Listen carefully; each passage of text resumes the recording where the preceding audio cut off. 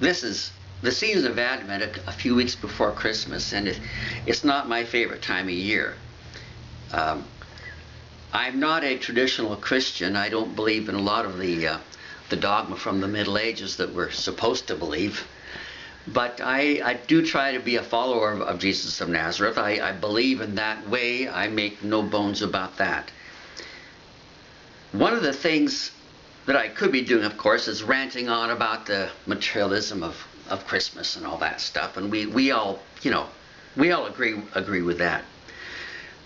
But one of the things that hurts me most and that saddens me is how we've limited the Christmas stories, as we've come to believe them or know them, into history or kids' stories, when really they're very, very challenging, and they're stories that were put in a couple of Gospels to warn us and to prepare us, and we miss out on all that. So just to highlight one today, the story of the three wise men. Well, it doesn't say that they were wise at all. If you read in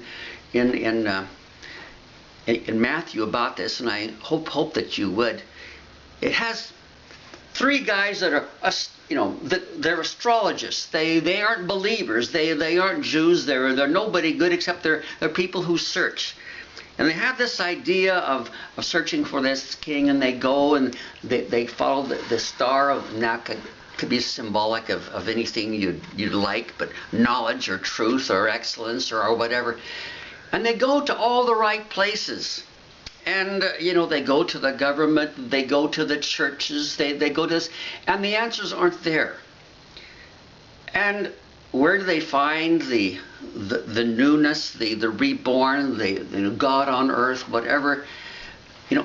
It's in a manger. Well, actually, it's not a manger in that gospel. It's they're in a house, but let's not worry about that inconsistency.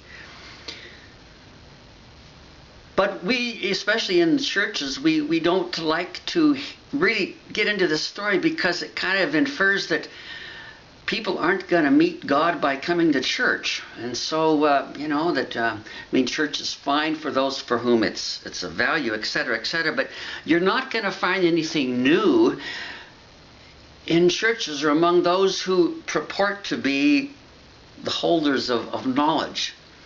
That's not a popular thing, but I'm afraid it's the truth. And I say afraid, and I mean that because all my life I've been part of the holders of knowledge. I've been clergy for many years and still value the church highly, but more with sadness and dismay than with excitement right now.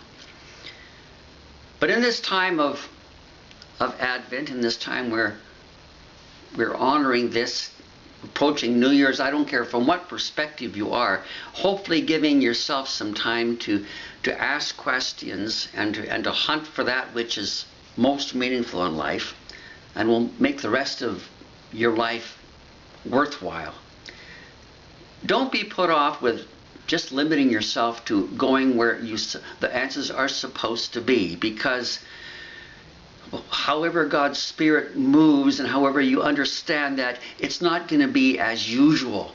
It's going to be in the unexpected and among the poor, under the opposite. That's told us there for good reasons. So let's get outside the package, outside the box, and hopefully spend some time looking where we might find some real answers this year. Thanks a lot.